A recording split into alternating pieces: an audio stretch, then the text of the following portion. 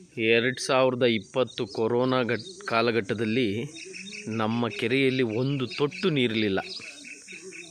ಆಗ ಕೊರೋನಾ ಕಾಲಘಟ್ಟದಲ್ಲಿ ಊರಿಗೆ ಬಂದಂತಹ ಯುವಕರು ಮತ್ತು ಊರಿನಲ್ಲಿದ್ದಂತಹ ಯುವಕರೆಲ್ಲ ಸೇರಿ ಒಟ್ಟಾರೆಯಾಗಿ ಮಾಡಿದ ಈ ಸಾಂಕೇತಿಕ ಉಪವಾಸ ಸತ್ಯಾಗ್ರಹದ ಫಲವಾಗಿ ಇವತ್ತು ಪ್ರತಿ ವರ್ಷ ನಮ್ಮ ಕೆರೆಗೆ ಹೇಮಾವತಿ ಬರ್ತಿದ್ದಾಳೆ.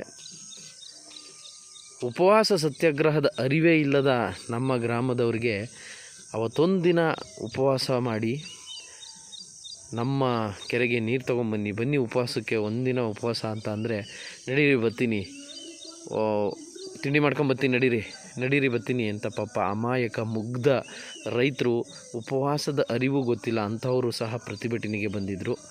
ಅದರ ಫಲವಾಗಿ ಇವತ್ತು ಮತ್ತೆ ತುಂಬಿದ್ದಾಳೆ ಹೇಮಾವತಿ ಕೆರೆಯಿಂದ ನಮ್ಮ ಕೆರೆಗೆ ನೀರು ಬಂದಿದೆ.